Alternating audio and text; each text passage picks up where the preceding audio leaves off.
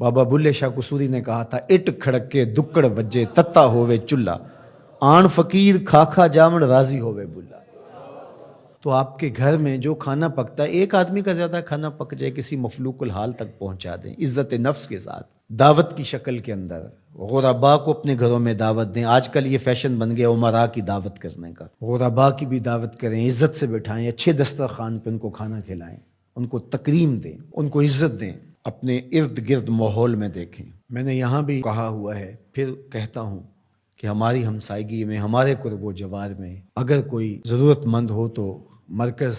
اس کے لیے حاضر ہے، یہ اس کا اپنا گھر ہے، تینوں وقت کا کھانا دستیاب ہوگا۔ اور ہم بڑھ رہے ہیں اب اس کام کی طرف کہ ہم ملک کے طول و عرض کے اندر اور پوری دنیا کے اوپر انسانی فلاح کے لیے کام کے حجم کو بڑھائیں گے انشاءاللہ۔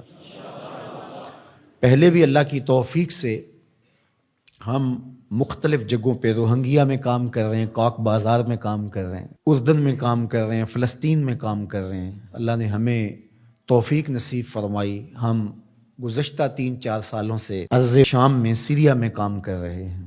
اس طرح ملک کے اندر بھی اپنے محدود وسائل کے اعتبار سے کام ہو رہا ہے، لیکن انشاءاللہ چونکہ بہت سارے کام ہیں ہمارے ذمے، مدارس کا قیام، پھر ان کی ضروریات کو پورا کرنا، اور اس طرح سے فنڈنگ ہم کرنے کا مزاج بھی نہیں رکھتے۔ ہمارا خیال ہے کہ اس کو ایک اچھے ڈیسنٹ طریقے سے لوگوں کو ترغیب دے اور لوگ ہمارے ساتھ کھڑے ہوں، تو ہم انشاءاللہ اس حجم کو بڑھائیں گے اور اچھے انداز سے آگے بڑھیں گے۔ میں آپ کو بھی کہوں گا کہ صرف آپ اپنی گلی کو سنبھالیں، آپ اپنے محلے کو سنبھالیں، پورے ملک کو، پوری کائنات کو میں بلکہ کوئی تنظیم، کوئی حکومت بھی نہیں سنبھال سکتی۔ جب جذبہ احساس بیدار ہوگا، جو سب سے ضروری کام ہے جو ہم نے کرنا ہے، تو پھر خود بخود ہمارے علم میں نہیں ہوگا، وہ ہمارا تنظیمی سیٹ اپ نہیں ہوگا، وہ ہمارے نظم سے جڑی ہوئی چیز نہیں ہوگی، لیکن ہماری ترغیب سے تو یہ ہو۔ تو اس طرح لوگوں کے دکھ بانٹیں، لوگوں کے درد بانٹیں، سسکتی انسانیت کی مدد کریں،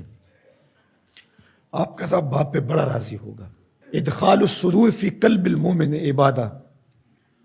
کسی مسلمان کے دل میں خوشی داخل کر دیں تو یہ بھی عبادت ہے۔ آپ نہیں جانتے آسمان سے کتنی رحمتیں تمہارے اوپر اترتی ہیں جب تم کسی کا دکھ بانٹ رہے ہوتے ہو۔ تو اللہ آسانیاں پیدا کرے، اللہ رحم فرمائے امت محمدیہ پر، پوری انسانیت پر۔ دور موجود کے سرمایہ دارانہ نظام نے دولت کو سمیٹ کر چند ہاتھوں تک پہنچا دیا، اور اس کا یہ نتیجہ سامنے آ رہا ہے کہ انسانیت بھوک افلاس کی طرف بڑھ رہی ہے، اور کہنے والے کہتے ہیں کہ آنے والے دور کے اندر لوگ نان شبینہ کو بھی ترسیں گے، بہت ساری اموات ہوں گی بھوک کی وجہ سے۔ وہ زمین جس کے خزانے بے بہا ہیں، اور اللہ نے قرب قیامت میں زمین کو خزانے اگلنے کا کہا ہے، جس کھیت میں فصل ہوتی تھی 15-20 من، آج اسی کھیت سے 40 من کے قریب نکل رہی ہے۔ زمین نے اپنے خزانے کھول دیے، لیکن یہ دولت سمٹ جاتی ہے، یہ وسائل سمٹ جاتے ہیں چند ہاتھوں میں، اور گندم خراب ہوتی رہی امیر شہر کی، گندم خراب ہوتی رہی امیر شہر کی، بیٹی مگر فقیر کی فاقوں سے مر گئی۔ تمام عمر جو اہل زر کی خلعتیں بنتے رہے، تمام عمر جو اہل زر کی خلعتیں بنتے رہے، ان فقیروں کے مقدر میں کفن کاغذ کا تھا۔ تو یہ عدم مساوات ہے۔ اگر ان لوگوں کا بس چلے تو یہ فضاؤں سے آکسیجن بھی جمع کر لیں اور غریبوں کو سانس لینے کا حق بھی نہ دیں، اور انسانیت جو ہے وہ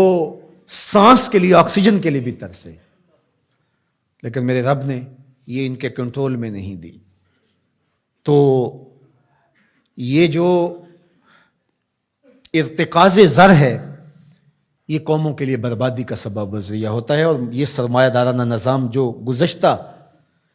کئی عشروں سے چل رہا ہے، اس کے نتائج اب آپ کے سامنے آ رہے ہیں، اور کتنے لوگ پوری دنیا کے اوپر بھوک اور افلاس کے ساتھ سسک کے مرنے کے لیے تیار بیٹھے ہیں۔ اللہ جل شانہ اپنی عنایتوں کا حظ وافر عطا فرمائے۔